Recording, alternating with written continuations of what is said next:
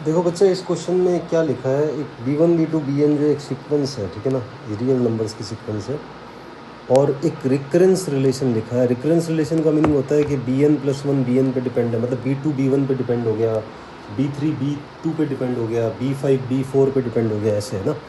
तो मतलब previous value से नेक्स्ट वैल्यू कैलकुलेट की जा सकती है ना, ठीक है। प्रीवियस वैल्यू से करंट वैल्यू जो है कैलकुलेट कर सकते हैं, ठीक है।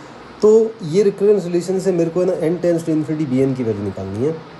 तो इस क्वेश्चन के लिए मैं क्या कर रहा हूँ, देखो हम ये जानते हैं कि अगर मान लो लिमिट n →∞ है, अगर n इन्फानाइट के आसपास है, तो आप है ना ये जानते हो n+1 को n लिखते तो कोई दिक्कत है क्या? n+1 को उस केस में n लिखा जा सकता है ना, क्योंकि इन्फानाइट में अगर 1 ऐड करोगे तो भी क्या रहेगा, इन्फानाइट ही तो आएगा, ठीक है। तो n+1 उस टाइम पे n लिखा जा सकता है। तो हम क्या कर रहे हैं, ये जो रिकरेंस रिलेशन ना, इस रिलेशन में हमें क्योंकि लिमिट n →∞ Bn निकालना है, तो हम क्या कर रहे हैं, एक काम ये कर रहे हैं कि इस रिकरेंस रिलेशन में दोनों साइड लिमिट अप्लाई कर रहे हैं, ठीक है।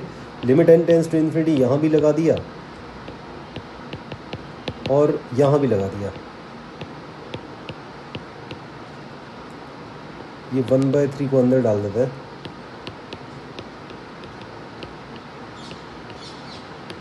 ठीक है। अब बच्चा देखो, लिमिट की डेफिनेशंस हैं।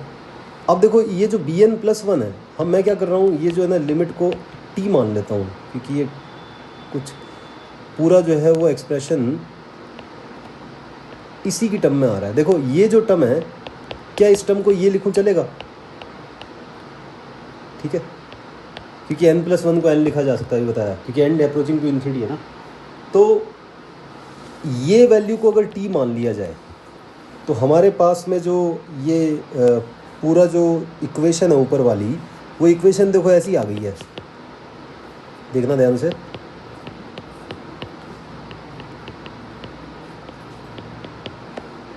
ठीक है, इक्वेशन ऐसी बन चुकी है।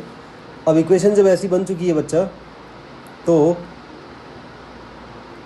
हमारे पास में क्लियरली विजिबल है कि ये t में इक्वेशन बन रही है। इस t वाली इक्वेशन को सॉल्व कर लो, ठीक है। देखो कैसे सॉल्व करेंगे,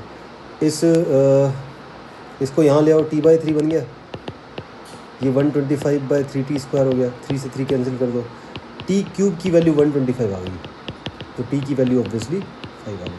ये t ही तो लिमिट है, आपको t निकालना, तो आंसर इसका 5 आ गया, ठीक है। t क्या था, लिमिट n →∞ Bn था, ठीक है, ये था t, तो यही आपको कैलकुलेट करना था, हो गया, ठीक है। एक और क्वेश्चन देखो ये कहा है, let alpha beta be the roots of equation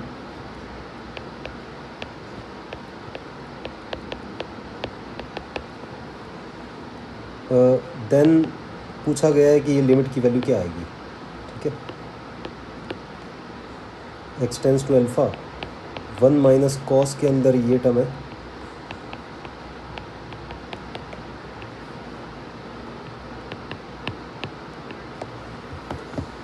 देखो बच्चा अल्फ़ा बीटा इस इक्वेशन के रूट कहे गए हैं ना, सॉरी इक्वेशन ये है, इसमें अब मेरे को ये वाली वैल्यू निकालनी है। तो क्या है कि अगर अल्फ़ा बीटा इसके रूट है, तो क्लियर है ये जो एक्सप्रेशन है, एक बच्चा गलती यहाँ पे ये करता है कि इस एक्सप्रेशन को ये लिख देते हैं हम, अल्फ़ा बीटा अगर रूट है तो, है ना, ये गलत है। आप अगर कह रहे हैं कि इसके रूट अल्फ़ा बीटा है, तो ये जो एक्सप्रेशन है ना, इस एक्सप्रेशन को आप, ये वाले एक्सप्रेशन को ये नहीं लिखेंगे, आप लिखेंगे ऐसा, बिकॉज अल्फ़ा बीटा इसके रूट है, तो ऐसा बनेगा ये एक्सप्रेशन, मतलब ये क्वाड्रेटिक एक्सप्रेशन को ऐसा लिखा जा सकता है, ठीक है। एक्चुअली रीज़न देखो ये क्लियर है, आपने पहले भी पढ़ा है, 11th में आपने किया है। आप ये जानते हैं, देखो आप माइनस ये जो b/a है, b/a को क्या लिखेंगे, b/a को लिखेंगे ऐसा, माइनस का अल्फ़ा प्लस बीटा, क्योंकि alpha plus beta minus b/a होता है, और c/a को अल्फ़ा बीटा लिखेंगे। तो ऑब्वियसली जब ये वाले एक्सप्रेशन को फैक्टराइज करोगे यही तो आएगा, ठीक है। तो इस एक्सप्रेशन को ये लिखना है, ठीक है। अब ये लिख दिया। अब मेरे पास में ये लिमिट मेरे को निकालनी है, limit x tends to alpha 1 minus cos, उस क्वाड्रेटिक एक्सप्रेशन की जगह ये लिख दिया divided by x minus alpha का होल स्क्वायर। अब एक और कॉस जब साथ में होते हैं तो आपको बता रखा है कि 1 कैंसिलेशन लगाते हैं, और 1 कैंसिलेशन जब लगाएंगे तो ये बन जाएगा 2 साइन स्क्वायर थीटा बाई 2, है ना, ठीक है। ये पूरा का पूरा साइन के एंगल में है, ठीक है। अब आपको शॉर्टकट फंडे बता रखे हैं कि अगर साइन के अंदर वाली टर्म इस लिमिट की वजह से 0 की तरफ भागे तो साइन को खा जाते हैं, ठीक है। साइन को खाते हैं, साइन स्क्वायर को नहीं खाते हैं। तो थोड़ा सा इस चीज़ को सोचें।